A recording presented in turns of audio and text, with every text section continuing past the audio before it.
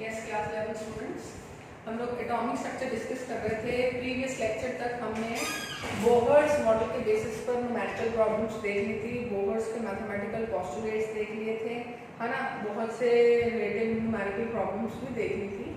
आज हम बोहर से रिलेटेड एक बहुत इंपॉर्टेंट टॉपिक डिस्कस करने वाले हैं, that is hydrogen spectra. Hydrogen spectra समझते वक्त हम क्या कह सकते हैं? सबसे पहले हम स्पेक्ट्रा समझते हैं। व्हाट इज स्पेक्ट्रम या spectra? Arrangement of different radiation, arrangement of different radiations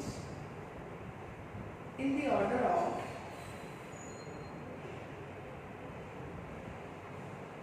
wave, है ना। डिफरेंट वेवलेंथ्स की जो रेडिएशन है, अगर वो एक सैंपल में है तो उनको अरेंज करना in the either increasing order of radiations wavelength और decreasing order of wavelength, that is called spectrum. Spectrum, study of spectrum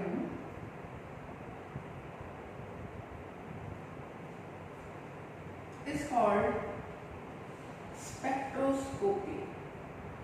study of spectrum को मतलब वो ब्रांच ऑफ साइंस जिसमें हम स्पेक्ट्रम्स की स्टडी करते हैं उसको क्या कहा जाता है? Spectroscopy. Spectroscopy can also be dealt as DNA fingerprint. जिस तरह से हम किसी भी इंडिविजुअल का की आइडेंटिफिकेशन उसके unique set of DNA fingerprints के बेसिस पर कर सकते हैं, उसी तरह से कोई एटम कौन सा है, कोई मॉलिक्यूल कौन सा है, इसकी पहचान भी उसके स्पेक्ट्रम को स्टडी करके की जा सकती है। इसलिए स्टडी ऑफ स्पेक्ट्रम को हम क्या कहते हैं? स्टडी ऑफ स्पेक्ट्रम को हम स्पेक्ट्रोस्कोपी कहते हैं, और वहां पर जो काम चलता है उसको हम डीएनए फिंगरप्रिंटिंग से मैच कर सकते हैं। ठीक है।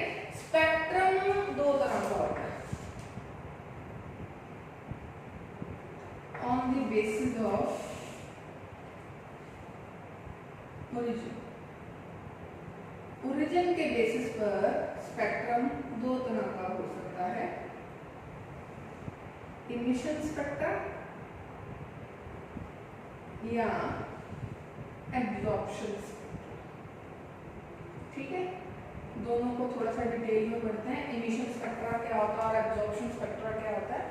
इनिशियल स्पेक्ट्रम में हम क्या करते हैं? हम इस बात से कंसर्न होते हैं कि सब्सटेंस कौन सी रेडिएशंस को इमिट कर रहा है।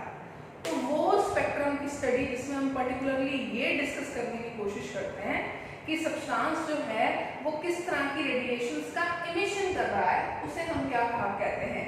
Emission spectrum. ठीक है। और जब हम इस बात से कंसर्न हो कि सब्सटेंस कौन सी रेडिएशंस को एब्जॉर्ब कर रहा है, तब जो ब्रांच ऑफ स्पेक्ट्रम हम पढ़ते हैं, हम डील करते हैं, that is called absorption spectroscopy. तो emission spectroscopy and absorption spectroscopy.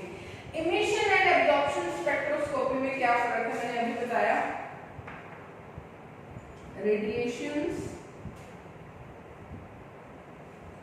Emitted और स्टडी, कौन सी रेडिएशन जो है वो सिस्टम इमिट कर रहा है, इसको स्टडी किया जाता है। एब्जॉर्प्शन में radiations absorbed by the substances are dead। ठीक है। सब्सटेंस कौन से रेडिएशंस को एब्जॉर्ब कर रहा है, इसको हम स्टडी करते हैं अंडर एब्जॉर्प्शन स्पेक्ट्रा। सबसे पहले हम डिस्कस करते हैं रिगार्डिंग इमिशन स्पेक्ट्रा।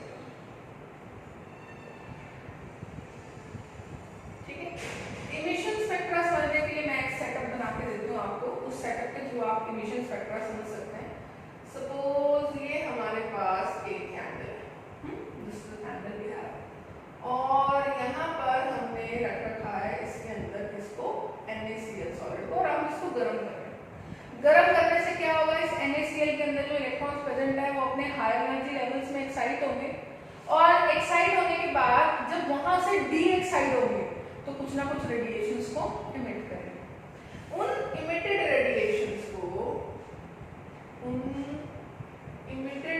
रेडिएशंस को बेटे हम एक स्लिट के थ्रू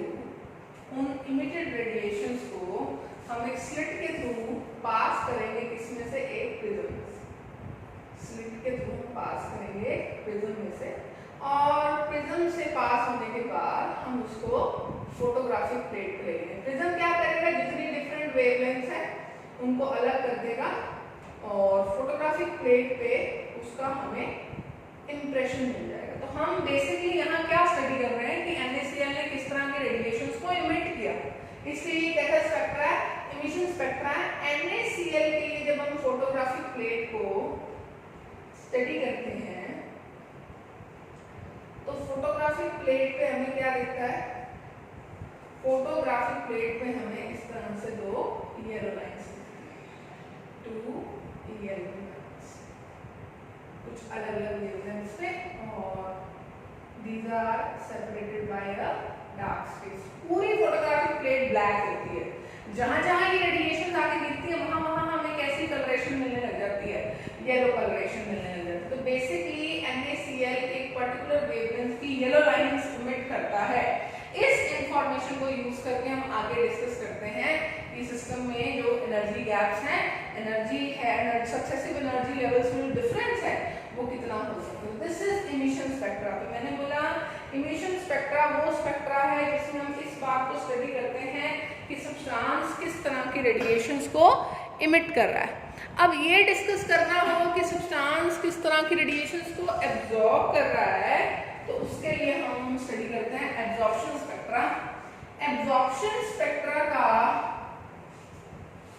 जो आप अपरेटस तैयार करेंगे वो कैसा होगा, जरा ध्यान से देखें।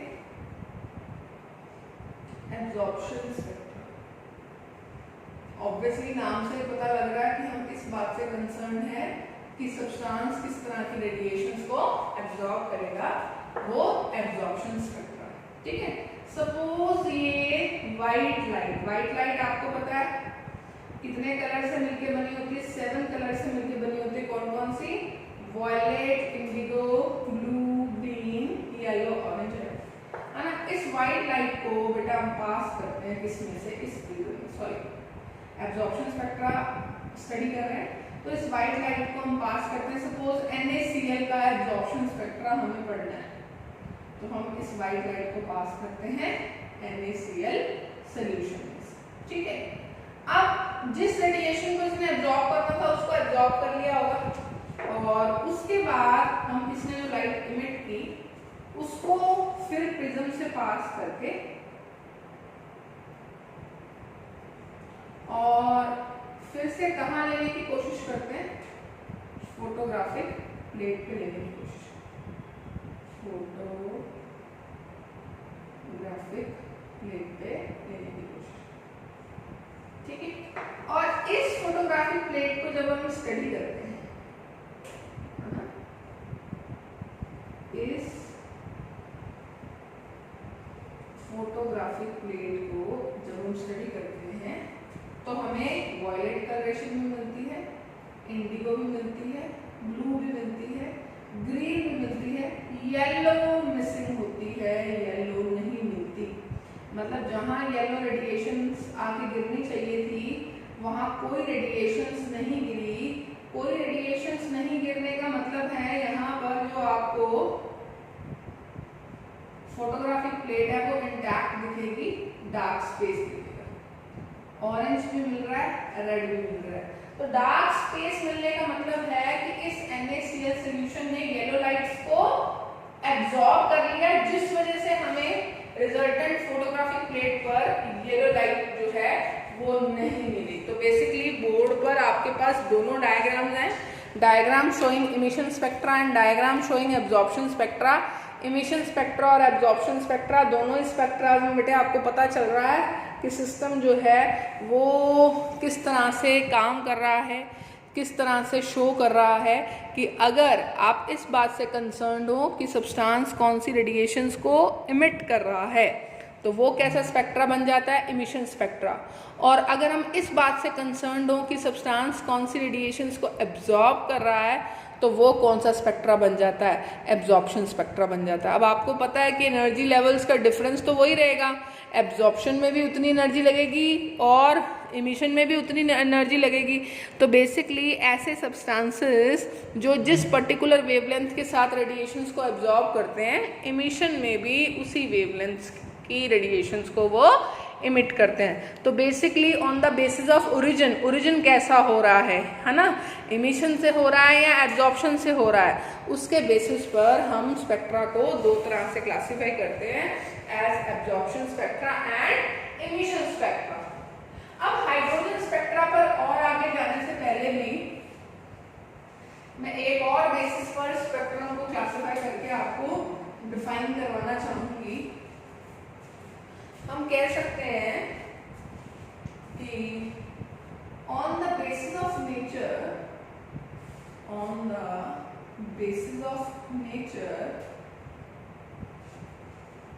Spectrum can be of two types. Spectrum can be of two types. 1, 2. ठीक है? On the basis of nature, spectrum can be of two types: continuous spectrum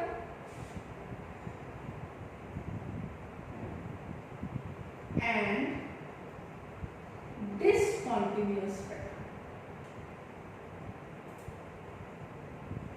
ठीक है बच्चे, नेचर के बेसिस पर स्पेक्ट्रम कॉन्टिन्यूस भी हो सकता है और डिसकॉन्टिन्यूस भी हो सकता है। क्या मतलब है कॉन्टिन्यूस का, क्या मतलब है डिसकॉन्टिन्यूस का, बात समझते हैं। डिसकॉन्टिन्यूस स्पेक्ट्रा दो तरह का हो सकता है, लाइन स्पेक्ट्रा एंड बैंड। ठीक है, बात समझते हैं हम क्या है। सबसे पहले हम डिस्कस करते हैं रिगार्डिंग कॉन्टिन्यूस स्पेक्ट्रम। ठीक है, क्या है कॉन्टिन्यूस स्पेक्ट्रम, कैसे बता सकते हैं, देखें कॉन्टिन्यूस स्पेक्ट्रम के बारे में। सपोज ये व्हाइट लाइट थी मेरे पास, है ना,